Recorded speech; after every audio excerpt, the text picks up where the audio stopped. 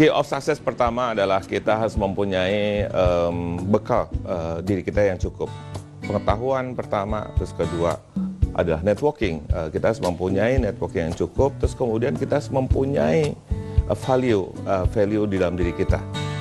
Kalau misalnya kita sudah mempunyai value, tentunya kita akan dilihat dengan orang lain bahwa kita menjadi seorang yang mempunyai kualitas yang cukup untuk memajukan suatu perusahaan.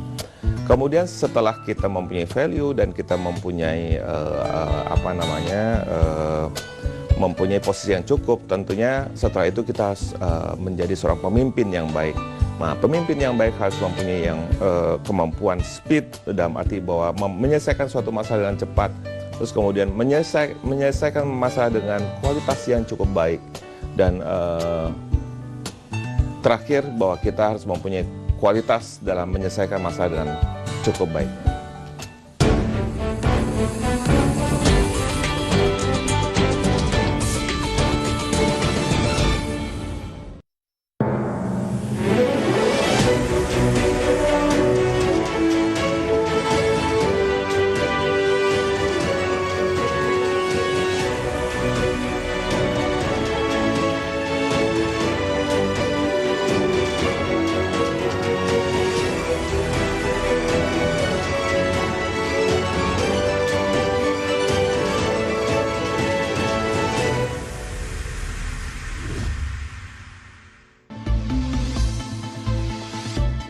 Government has aided oxygen production's capacity by 922 tons per day.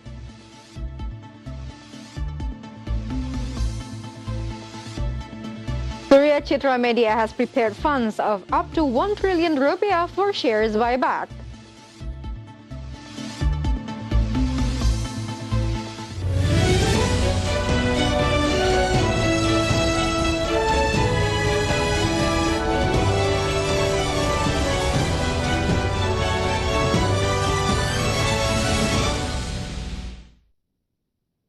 Hello, good evening viewers. Market Headlines is ready to provide you a number of information from business, economic, and capital market sector.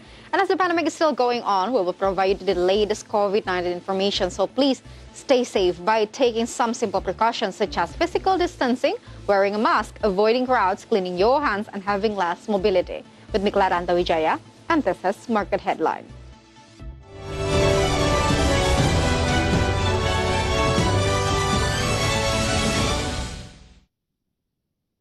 The Minister of Industry, Agus Gumiwang Kertasasmita, ensured that his office has put all of its efforts to meet the rising of national demand of medical oxygen supply. And recently, government has aided oxygen production's capacity by 922 tons per day. The Ministry of Industry has aided oxygen production's capacity by 922 tons per day as of July 7, 2021. Meanwhile, the national production's capacity is reported to have reached 1,700 tons per day. The total additional oxygen supply, 70% came from the imports, and the remaining 29.6% was domestic production. Kami telah berhasil mengamankan pasokan oksigen tambahan sebesar 920,5 ton per hari. Angka pasokan tambahan ini kami harapkan terus akan naik demi amannya kebutuhan pasokan oksigen medis. He said this number will increase in the future as purchasing commitments and contributions from domestic industries are eventually realized. Jakarta, Adi Firmansyah, IDX Channel.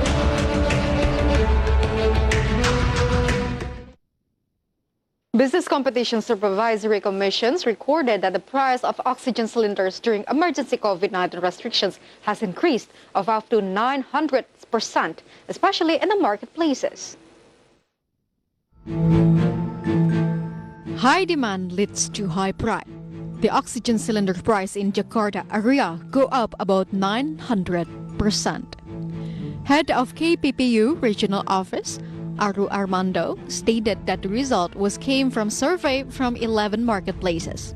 One store can sell 500cc oxygen cylinders from around 58,000 to 450,000 rupiah, while the average price for this product is 98,500 rupiah only. Number of shops are taking advantage of the opportunity for high demand to increase the price of portable oxygen.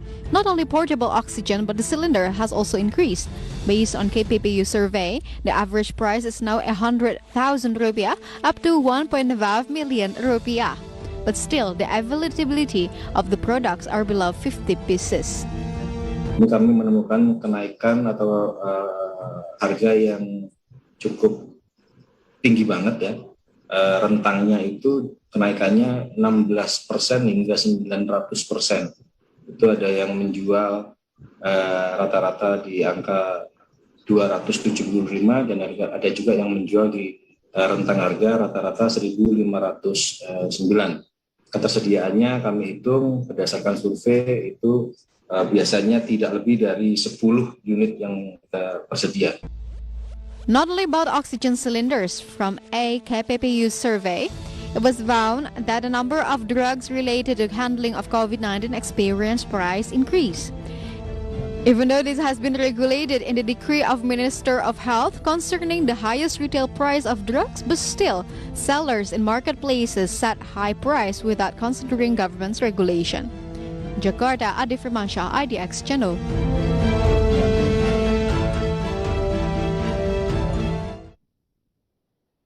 Home Affairs Minister asked regional heads to intensify the social assistance, especially to the areas in the emergency PPKM zone. The minister asked regional governments to allocate at least 8% of the central government's transfer budget in each regional budget allocation. In addition to establishing emergency PPKM, the government asked local governments to immediately distribute social assistance, especially basic necessities, to communities affected by emergency PPKM.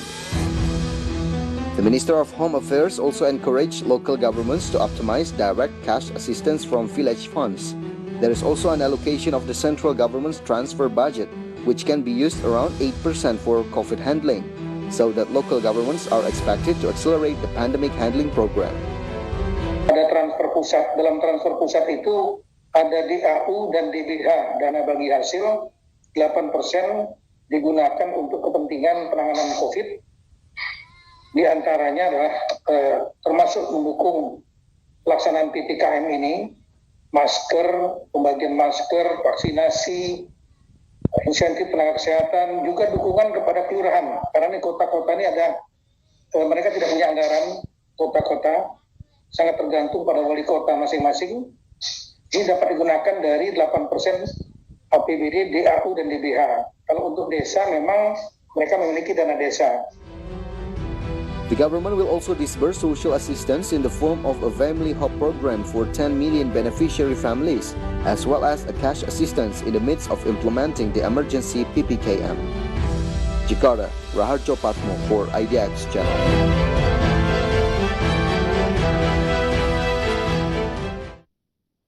Moving on to the global update, Pfizer to meet the top U.S. health officials to discuss about the request of a third dose of COVID-19 vaccine. Meanwhile, Peru extends the state of emergency until the end of August in effort to stem COVID-19 infections. And more stories on today's International Minute.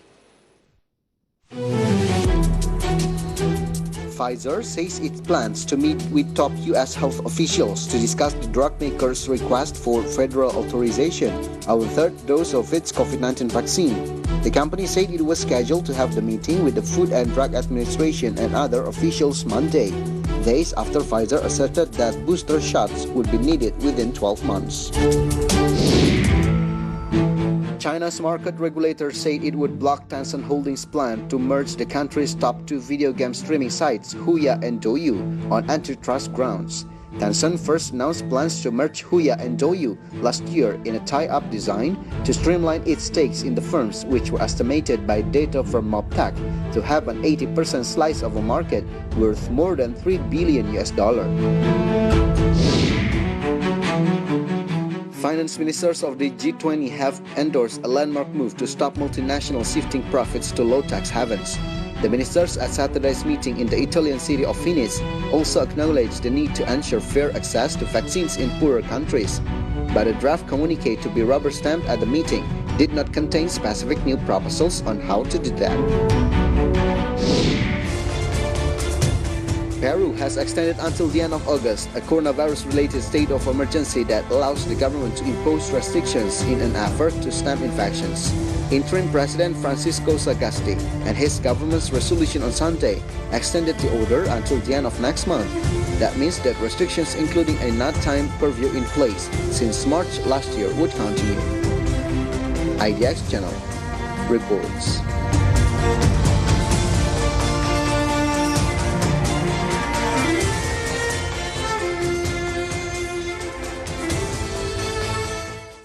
Market headlines will be right back after this quick break. Stay tuned.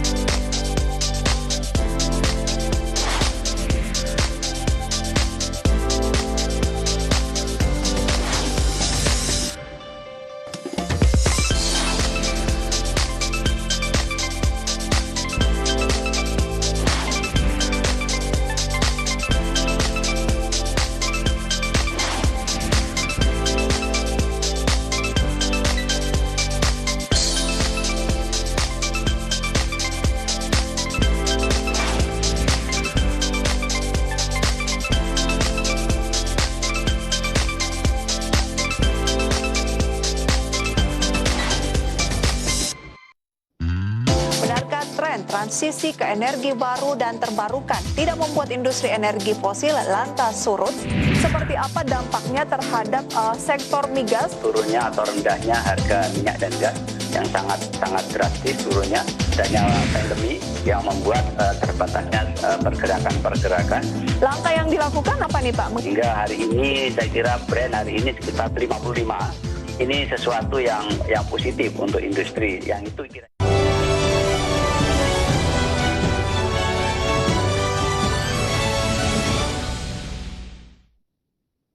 It should be today, but due to many considerations, Kimia Pharma has decided to hold selling vaccines to public. Kimia Pharma has decided to cancel the implementations of individual vaccinations or paid vaccinations, which were originally to be implemented today by Monday, July 12, 2021. Regarding the cancellation, Kimia Pharma Corporate Secretary Gani Winarno Putro stated that the company would delay the implementations of paid vaccinations until further notice.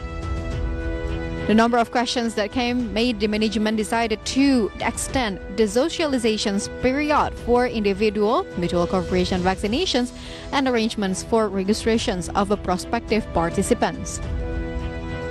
The government, through the Ministry of SOEs, claims that the implementations of individual COVID-19 vaccinations from Kimia Pharma is carried out to accelerate national vaccination.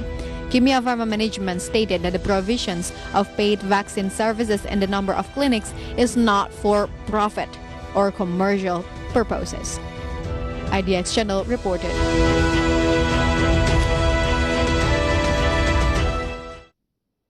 Well, it is official now that Kimia Pharma will not sell vaccines to public. It should be this Monday, but due to many reasons, especially lack of socializations to public, Kimia Pharma has decided to postpone it. But we cannot even deny that Kimia Pharma has already set a robust plan to sell the vaccines. So let's see the scheme in the next graphic. Even though right now it is officially postponed, but we can see the robust scenario if Kimia Pharma sells COVID-19 vaccines. First of all, Kimia Pharma will sell around 5,000 doses for each clinic, and the vaccinations capacity reaching 1,700 people a day, and the price, it would be 179,000 rupiah for 2 complete doses. So the company will use Sinopharm that are currently available for private programs, said Bambang Herianto, who serves as a spokesman for Bio Farma, the parent company of Kimia Pharma. And many people are getting excited about these paid vaccinations because some say that getting vaccines is harder than it should be. For example, the bureaucracy or maybe the flocking participants. And therefore, some people pin their hope in paid vaccination. And according to the plan, Kimia Pharma will begin selling the shots in 8 clinics in several cities, including Jakarta, Bandung, Surabaya, and Bali in the first stage. Let's see the detail in the next graphic. Well, according to plan, which Kimia Pharma has a robust plan to do vaccinations and unfortunately being postponed, we can see that Kimia Pharma's clinic locations that is projected to soon sell COVID-19 vaccines. So Jakarta, it has 3 clinics in Senin district, Pulau Gadung district, Blok M district, with a capacity of 200 people a day, while Bandung is the same by 200 people a day, Semarang in Citarum district by 100 people a day, Solo by 500 people a day, Surabaya by 200 people a day, and Bali 100 people a day. So we can see that the plan has already been set up. Many clinic staffs have been throughout the briefing session, but still the management has decided to postpone the private vaccination. Despite many people like the idea of private vaccination, well, some don't like it that way. Many people consider that Kimia Pharma's actions is a monopolistic move, but the government, through the Ministry of SOEs, claim that the implementations of the individual COVID-19 vaccinations from Kimia Pharma is simply carried out to accelerate national vaccinations to achieve herd immunity. Well, Kimia Pharma management also stated that a paid vaccine services is not for the profit or commercial purposes, but back again, the keyword is herd immunity. Government, through the Ministry of SOEs, is supporting the paid vaccination so that people can have various ways to get vaccines. But let's just move it aside since Kimia Pharma plans to postpone it.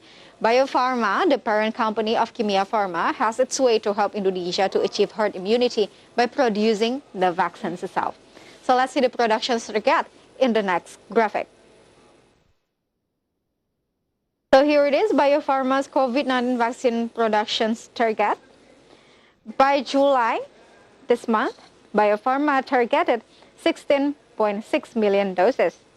And by August, it went up to be 19.8 million doses. And September, it will go up again by 23.3 million dosage. And we can see the optimism has poured up into the October by targeting around 24.9 million doses of vaccine production target. And by November, it reducing, and then by December, it reduced to be 21 million doses. And Bio Farma targets the productions of a COVID-19 coronavirus vaccines to reach 186.1 million doses by the end of 2021.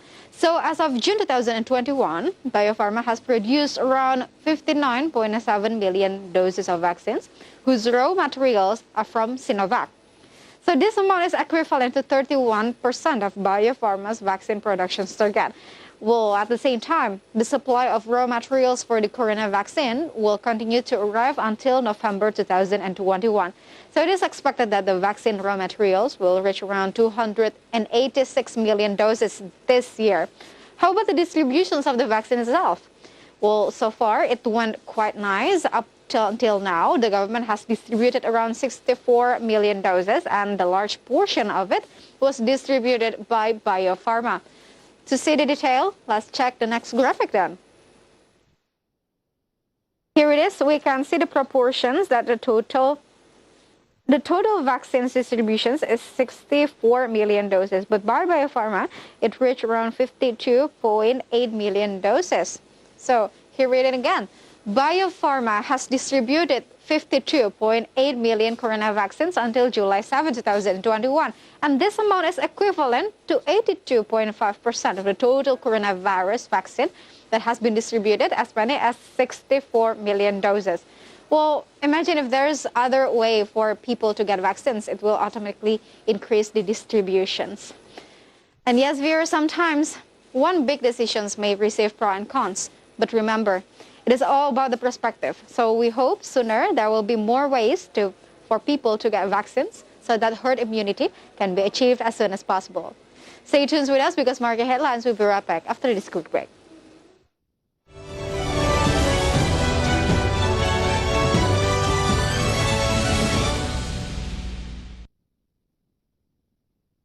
Hello, I'm Clara Antawijaya. I'm associate producer and news presenter on Market Headlines. As Market Headlines starts at 4:30 p.m., which is in line with the closing market, therefore we summarize market conditions only for you. And my job in here as a journalist, I give concise and accurate news for the audience. And also, being a journalist is not only a job for me, but it is also a passion. Apa yang membuat Veronica waktu itu memiliki inisiatif saya mau membangun startup, yaitu portal untuk mencari kerja? Latar belakangnya pas aku kuliah di Amerika. Di sana memutuskan untuk memperdalam di dunia human resource. Mereka minta aku untuk memperluaskan service scope aku. Cara mencari informasi tersebut gimana caranya? Banyak kita terima datanya online, gitu. Orang yang sharing-sharing informasi.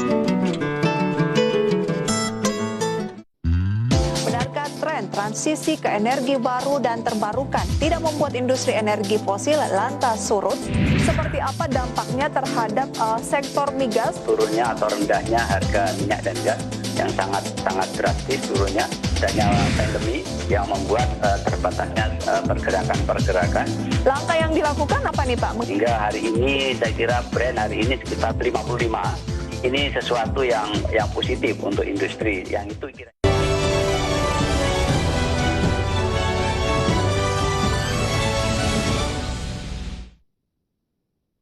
Welcome back to Market Headlines. So viewers, let's take a look at Jakarta Composite Index and through the movement. So earlier today, JCI was open at the level of 6,060.05, and then approaching the closing time of the first session, the next was on the level of 6,089.03. And the index was showing strengthening trend by the second session closing time. The index was closed at the level of 6,078.56. In short, JCI went up 0.64%. Next, we are going to see the sectoral movement. Leading the dynamics of today's trading, we got health sector that went up 3.29%. Non-cyclic sector went up 1.51%. Meanwhile, technology sector went down 2.25%. Transportations and logistics sector went down 1.69%. Now moving on to the top gainers and the top losers. Here are the key highlights from today's trading sessions. We got BMHAs that went up 24.24 to the level of 1,025 rupiah per share. We got BBCA that went up 2.49% to the level of 30,850 rupiah per share. We got ARTO that went up 4.86% to the level of 14,575 rupiah per share. We got KF that went up 12.38% to the level of 3,540 rupiah per share. Mean some for top losers for today's trading sessions, we got Aneka Tambang that went down 1.54% to the level of 2,550 rupiah per share. We got BBRI that went down 1.05% to the level of 3,760 rupiah per share. We got Agro that went down 1.74% to the level of 1,975 rupiah per share. And MTech that went down 4.35% to the level of 2,640 rupiah per share. And next, we're going to see the intraday movement of rupiah towards US dollar. So rupiah opened at the level of 14,482. Rupiah was also showing strengthening trend towards US dollar. was closed at the level of 14,482. In summary, rupiah went up 0.17%. Surya Citra Media has prepared funds of up to 1 trillion rupiah for shares buyback. The actions will be carried out in stages on July 7th to October 6, 2021.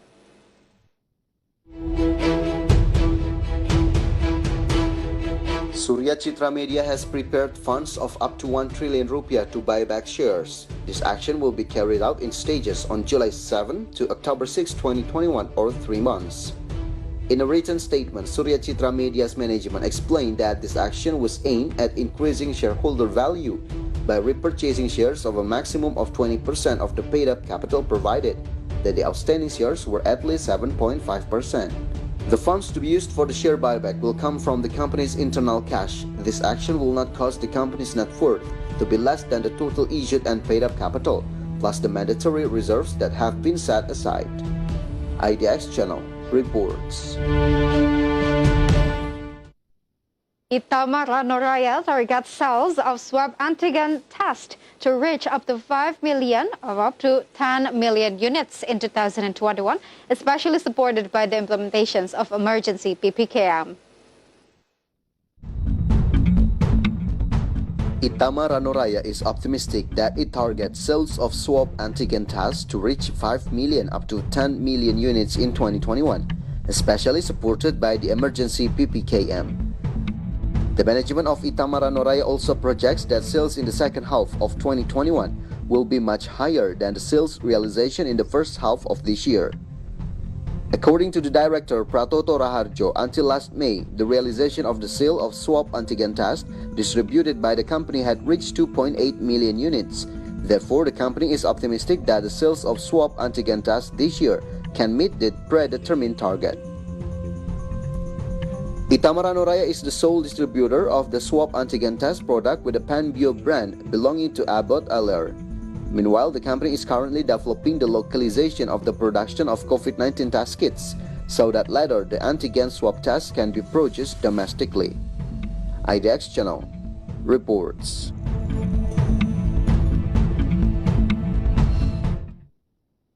Bukalapak officially announced its plan to carry out an initial public offering. Bukalapak will be the first Indonesian unicorn to be listed on the Indonesia Stock Exchange. Bukalapak officially announced its plan to carry out an initial public offering. This company will be the first Indonesian unicorn to be listed on the Indonesia Stock Exchange, where the listing of Bukalapak shares with the stock code BUKA or BUKA is scheduled for August 6, 2021. IPO Bukalapak merupakan sebuah tonggak sejarah bagi industri teknologi dan pasar modal di Indonesia, di mana untuk pertama kalinya sebuah perusahaan startup teknologi unicorn akan mencatatkan sahamnya di Bursa Efek Indonesia dan sahamnya dapat dimiliki oleh masyarakat luas. Karena selama ini Bukalapak lebih dikenal sebagai aplikasi dan bukan sebagai perusahaan, jadi hari ini saya mohon izin untuk memperkenalkan PT Bukalapak.com Tbk.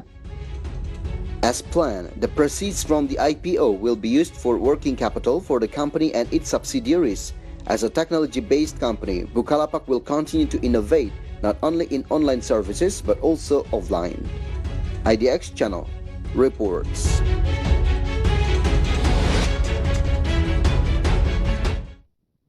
Step aside from market conditions as coronavirus pandemic takes big role on current economic situation. Here it is an update data about coronavirus globally.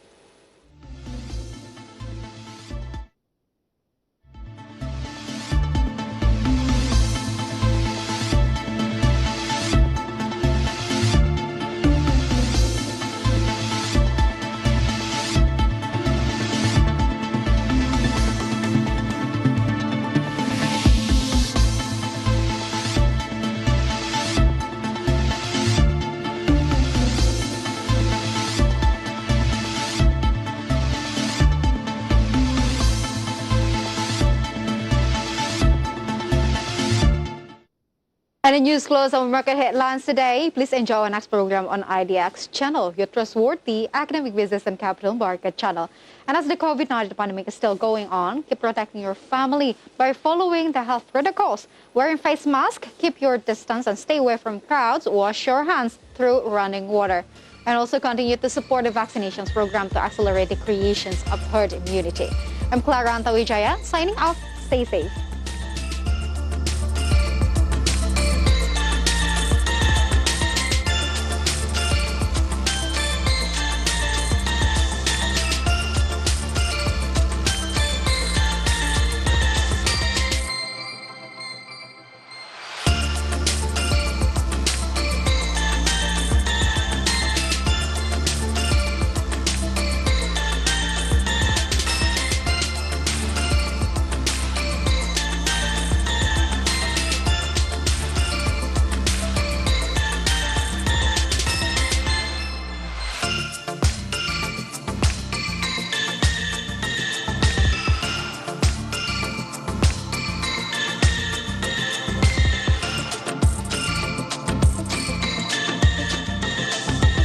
Kita tulus hati, bukan untuk cari duit dari kerja.com. Nanti kita cari duitnya dari situs yang lain gitu. Itu cuma untuk bantu masyarakat aja gitu. Get better skills biar bisa dapat kerjaan yang mereka inginkan gitu.